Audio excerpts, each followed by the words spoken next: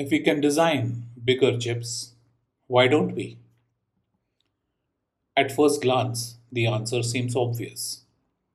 If we make a chip larger, we can fit more transistors, more compute, more memory, more capability. So, why don't we simply keep increasing chip size? Why are most chips constrained in area? The answer is not design complexity, it is yield. Fabrication is incredibly advanced, but it is not perfect. Every wafer contains defects, tiny imperfections, particles, local process failures. These defects are random, and wherever they occur, the circuit in that region may fail. Defects are randomly distributed across the wafer. Now consider chip area.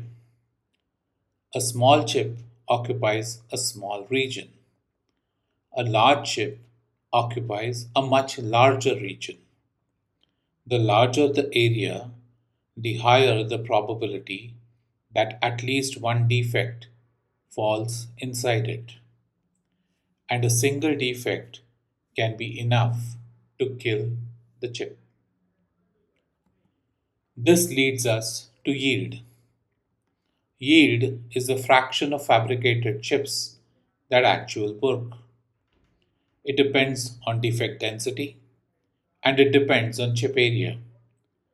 As area increases, yield drops, not linearly but exponentially. The key insight is probabilistic. For a chip to work, it must contain zero critical defects. As area increases, the number of opportunities for defects increases. The probability of having zero defects drops very quickly. This is why yield collapses for large chips. And yield directly impacts cost. If yield is low, many chips are discarded. The cost per working chip increases dramatically. So even if we can design a large chip, it may not be economically viable. Engineers respond in multiple ways. They limit chip size, they introduce redundancy, they partition designs into smaller blocks. These techniques improve yield and reduce risk. Now, this naturally raises a deeper question.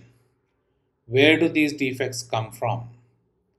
They arise from material imperfections, from limits in lithography, from variability in the fabrication processes.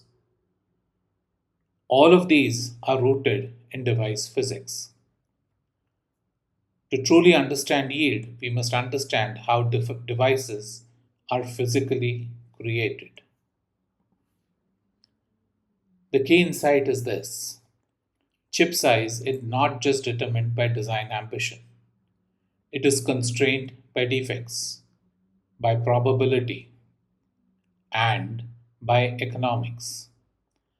That is why we do not simply build arbitrarily large chips. If you want to understand this deeply, you need to go into device physics, how defects arise, how fabrication works, how scaling changes behavior. And these are exactly the topics we've explored in multiple videos.